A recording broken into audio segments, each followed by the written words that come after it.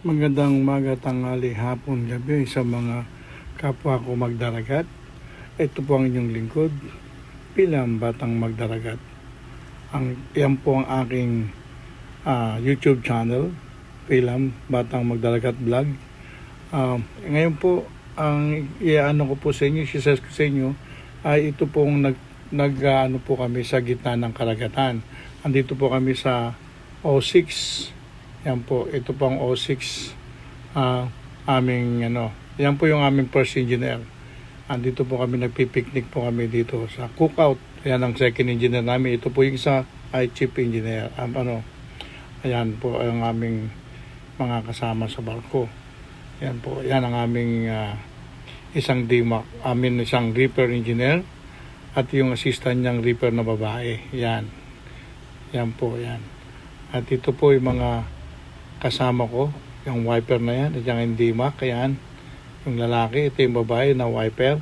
Itong katabi niya ay yung DMAC. Yan po yung mga kadete na kasama namin. Yan po yung buhay namin ngayon dito. Ngayong hapon po, alas 6 ng gabi po rito sa gitna ng karagatan. Malayo po kami sa nearest land. Siguro nasa 100 miles away po kami. Yan. Yan po. Ito po yan. Ito po yung O6 sa stern. Yan.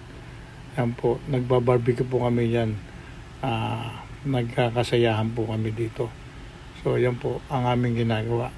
So, sa mga subscriber ko po, marami pong salamat sa pagsusubscribe nyo sa akin. At marami pong salamat sa inyong lahat. At yung mga nag-share and like po, marami pong salamat. At sa mga kaibigan ko sa iba't ibang klase, panig naman ng mundo, lalo-lalo po dyan sa Diego Garcia, yung mga kaibigan ko dyan. Alam niyo na kung sino po kayo. Yan sa Transpo at yung kinakainan ko every Sunday dyan sa village. At yung aking nagmamanicure at nagugupit dyan. Maraming salamat sa mga ship store po. Marami pong salamat sa inyo. At sana po patubayan kayo ng poong may kapal. Ingat po kayong lahat dyan sa Diego Garcia. Alam po gano'ng kahirap dyan. At nakalala pag may bagyo at may ulan, yung mga marino dyan na bumabalik sa barko, pag nagli-liberty sila, ay minsan naiiwan sila dahil hindi nakakabiyahe o minsan natutulog sila ng overnight sa island.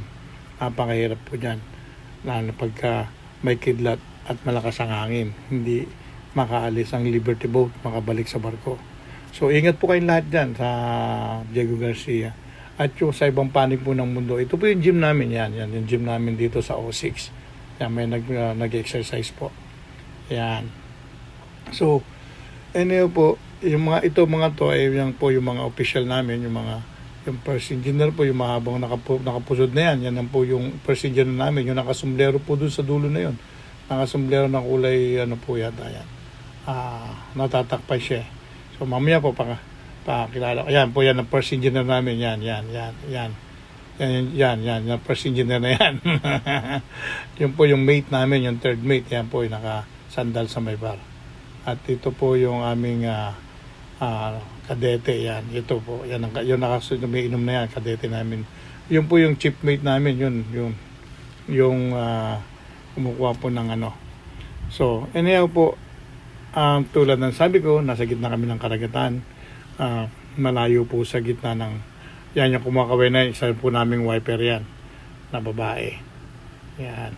At saka yung nakasumblero doon, nakasandong kulay itim, yan po yung second engineer namin. So anyhow po, tulad ng sabi ko, pasensya na po kung nagbabakil-bakil po ako. At sana po huwag niyo pong kalimutan mag-like and share sa aking video. At yung pong mga nag-subscribe po sa akin, ayan po, yan yung chief engineer, yan kumakaway na yan. Ayan yung chief mate pala. Yan yung isang yun, nasa dulo doon, nakatatangot-tangong gano'n, nakasumusubo. Yan po yung third engineer namin. So anyhow po, tulad ng sabi ko, humingi po ako ng dispensa sa inyo kung medyo nagkakabakil-bakil po ako. At sana po, yung mga nag-like at nag-share po ng aking video, maraming po salamat. Yung po nasa dulo na yun, upuan na yun, ay yun ang aming chief engineer. So anyhow po, sa ngayon, humingi po ako ng dispensa sa inyo. At sana po ipagpatuloy niyo po ang share at saka like niyo sa akin. At yung mga nag-subscribe po, maraming salamat. At sana po yung magsusubscribe po, maraming salamat din po. Sa muli po, ito hanggang dito na lang po ang aking video. Maraming salamat po.